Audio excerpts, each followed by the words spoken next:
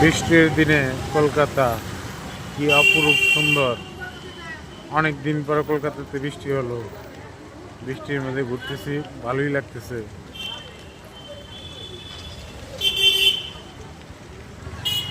যে একটা গরম ছিল কলকাতাতে, আজকে বৃষ্টি হওয়াতে খুবই ভালো লাগতেছে। আবহাওয়াটা খুব সুন্দর। বাহিরে দিন কাটানো যে কষ্ট বোঝা যায়। বৃষ্টি মানে শান্তি, অন্যরকম ভালোবাসা। বৃষ্টির দিনে ঘুরতে ভালো লাগে, বাইক চালাইতে ভালো লাগে।